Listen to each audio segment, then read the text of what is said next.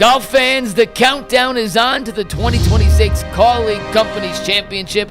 Firestone Country Club will host world-class legends of the game July 9th through the 12th. Purchase your tickets now at callleaguechampionship.com. A ticket guarantees you access to great golf and a chance to experience all the Call League Infinity Zone has to offer with interactive activities, bar and lounge areas, food trucks, and celebrity appearances. We'll see you at the 2026 Call League Companies Championship in July. All right, guys, let's continue with our Cavs conversation. We'll talk specifically, we've talked about James Harden a little bit, but James Harden has a player option. He's reportedly going to opt out and then sign an extension with the Cavs. Is there anybody here that doesn't want James Harden back? Not me. No, Okay. no. I actually like James Harden, and I think he'll be better next year than he was this year. My tune has changed on him. Like I was a kind of a Harden hater, if you will, when he didn't play for Cleveland and we played everywhere else. And I don't know. I sort of kind of felt bad for him in the playoffs for as much heat as he was taking. I watched a lot of his press conferences. I went to almost every home game they had after he arrived in Cleveland, and I just watched him play a lot, and I've grown to respect him a little bit, and I think he takes a lot of heat. I think he's a guy that when you hear the other players talk about him and then hear him talk about him, like I do think it's important to him. It's the most important thing to him. I think that he is a good teammate. I think he's a guy that's 36, 37 years old who was asked to do a lot on this team this year, probably too much for a guy of his age. I still think he's an absolute baller and can score on any given night, can put up 25, 30 points still at that age. I would just like to see him settle into the role. He talked about it quite a bit in the postseason when he said, look, I've been here for 2.5 months. This is the first time that he has ever had to play second fiddle to a dominant player, and he had to adjust to that and didn't have a whole lot of time. They didn't get to play together at the end of the regular season that much, like 90 minutes or something like that. Mike had that great stat. And then you go right into the playoffs and trying to figure things out and going through adversity and learning about guys' nuances and tendencies and your teammates and how to respond to each other and learning a new coaching staff, and also you're in a new city. Like, just a lot was thrown on the guy's plate. I would like to see him in a year from now with some more pieces on the roster, comfortable with the coach, comfortable in his own skin with Donovan Mitchell, and I think it'll be better. Gee. They had to do this. We kind of explained this a little bit before, Dustin. It's when you made the trade for Darius Garland, this was part of the stipulation. This was what it's going to be. And so even when you take a look at the numbers in terms of the salary cap and the ramifications, if they don't sign James Harden, they can only offer, I believe, the mid-level exception to somebody with his veteran minimum to come in and take his spot. There's nobody available for veteran minimum that's going to give you those numbers. And frankly, I think that what it just shows you is that you just need more. Like, they put James Harden in this roster in the middle of the season. It's a completely different way he plays than what they're playing. Mm-hmm. They had to figure it out on the run. And for figuring it out on the run, you'll take Eastern Conference Finals. Now, there's a nasty taste in your mouth, and I hated the way they played, and I hated the way that they coached it up down the stretch. But the fact that matters is Donovan Mitchell will be on the team. James Harden is going to be on the team. I think the bigger question is, okay, you have James Harden. Now what do you do as a coaching staff to figure out what the offense is supposed to look like? What are you going to do so that he doesn't get picked on and they hunt him out off pick and rolls like Jalen Brunson victimized him? And the biggest thing is, if you're going to sign James Harden, the Cavs, I'm telling you, you got to swing for the fences. This is where we are. The Giannis conversation, is it going to be tough to get him? Sure. The LeBron conversation is going to be tough to convince him to come? Sure. But to make the James Harden move pay off, you have to have something else. You cannot put this much pressure on this dude because he's shown he can't carry. He's 36, man. Yeah. And Donovan's body has shown you he can't carry you like that. He as a 6'2" guard, he can't carry you. So you got to be aggressive this offseason and turn over every stone to improve and give something else with this roster to make it sense. There is part of me that would like to move on from James Harden because I think we saw yet again that as great a player as he is, there are in big moments he often no-shows. In big moments the turnovers in the postseason were terrible. It was absolutely terrible. In the Knicks series, he had 12 assists and 17 turnovers. Yeah, I mean that's just ridiculous. You can't win that way. And is he likely to be better next year? Like we keep saying, okay, he'll have a full year with the team. Well, that's true, but he's also going to be 37 next year. Yeah, he also needs to play less minutes. Right. Guys. And like LeBron is the exception, not the rule. Most guys, when they get into 37, 38, they're not even starters anymore, unless your name is LeBron. So I don't know what Harden's going to be. That being said, though, it's not like if they let him go, in theory, there's nobody they can replace him with at the money they'd actually have to spend there that would be anywhere close to as good as he is. So you gotta bring him back. I think Dustin's absolutely right. The minutes got to be cut down. And you're right. They have to get some other better players. Like, I think you want it to be where James is at best your third best player. At best. Maybe fourth at this point. And, because we're dreaming of Giannis and LeBron, where he'd probably be the fourth best player at that point. You just have, and I know it's uncomfortable, but this is just the way it is. Like, this is the way NBA arcs work. You draft a bunch of young guys.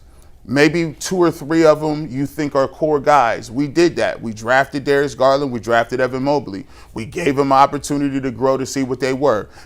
Darius Garland turned into a max guy. Evan Mobley turned into a max guy. But then you started to realize, other people's trajectory. Scotty Barnes in the same draft as Evan Mobley. I think Scotty Barnes is a better player. Yeah. Cade Cunningham is a better player. Yeah. Evan Mobley is pretty good, but you move on from Garland because you feel like, okay. And by the way, it started with Colin Sexton. Like, Colin Sexton was a 24-point guy. Yeah. So you figure it out. You try to tweak your roster. Yeah. And then at the end of the day, if it don't work, you got to be able to swing for the fences now. You have to. And like, Mobley just doesn't fit where the team is right now. But I will say, I do think, and I don't know how, this might be impossible or really hard to do, I do think they need to find a more traditional pass-first point guard, a younger guy to be a mix on this team when you're cutting Harden's minutes down. Like a guy who's not looking, he's just looking to distribute. I know there aren't as many guys like that as there used to be, but they need a player like that also in addition to whatever else they do this offseason. We need our version of a TJ McConnell. That's what we need. A guy can come off the bench and give you 5-6 assists every single night. Right. Yeah. Play 20 minutes, 25 minutes. Get them into the offense. Can we get TJ McCollum? I don't know what his stat. Look it up. Couple things on Harden real quick, though. First and foremost, he has a player option for just under $43 million. The reason you sign him to a 2-3 year extension is to get off that money for 1 year. To get off the big number, and it gets you under the first apron, under the second apron of the cap, brings you into the first apron, which allows you to make more moves, and also gets you in a position to then get under the apron in totality, which opens up the entire war chest to make moves. So, yes, it's more money in the long run. Yeah, but who cares? But on the year-by-year basis, the long run's irrelevant, Mike. The Cavs' window to win is the next year or two, and that's it. I'm agreeing. I'm telling you, that's why you do it. You get it lower so you have more flexibility. The other thing with Harden, in the regular season when he got traded to Cleveland, we saw that pick and roll happen 13, 14, 15 times and it went away.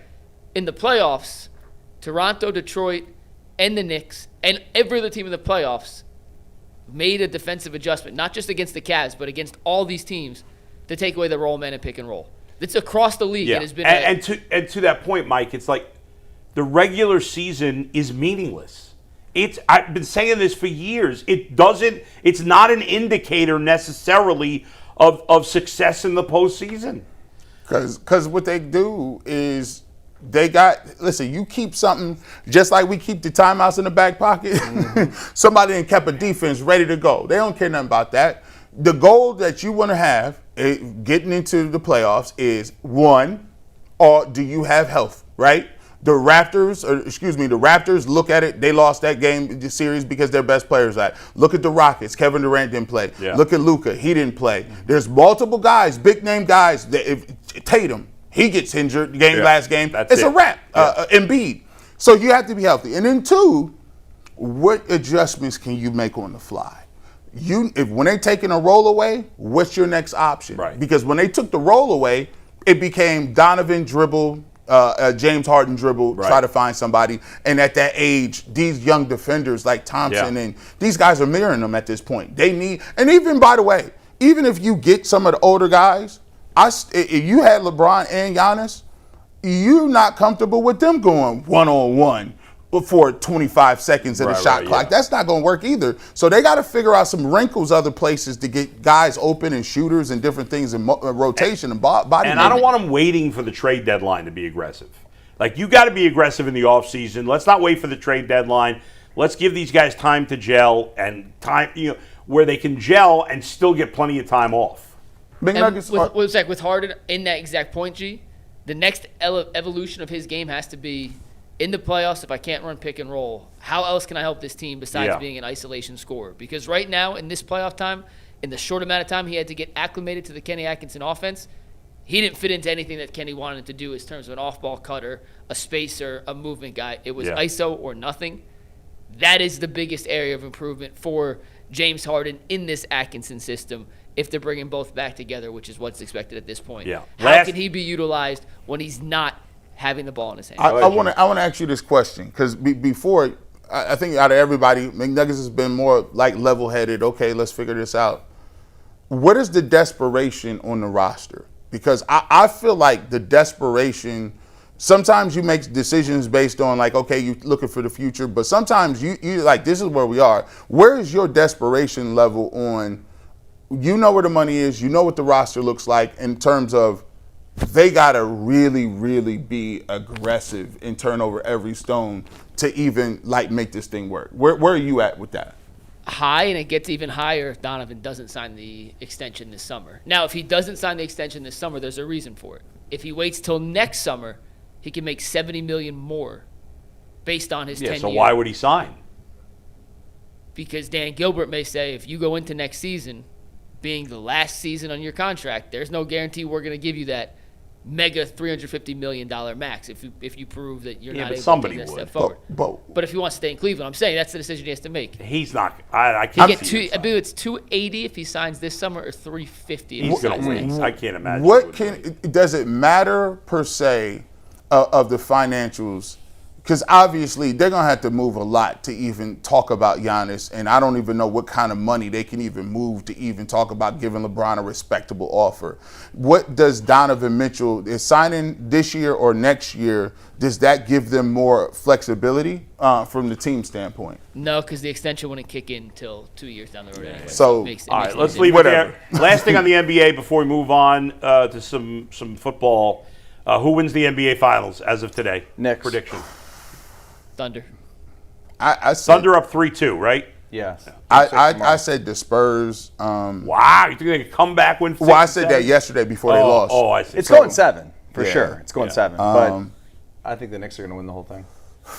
I think it's the winner of the Spurs and the OKC. I still think Oklahoma City's going to win, but it wouldn't surprise me if the Knicks won. Knicks have some mojo going with big-time all their alum following them around. Yeah, I mean, the team's really feeding off that. Yes. They got a 40% shot. It definitely feels it's like 40 now. They got a much better chance than I think any of us thought an East team would have in the finals. Well, and their role players have stepped up in such a big way with making shots. And Brunson's a dog, and I mean they just have really. Josh Hart's been amazing. They're a tough nosed team. They got Shamit Curry now. There's something with that. Shamit Curry. Yeah, dude, I can't miss it. Something about that team. It just feels like they're destined to win this year.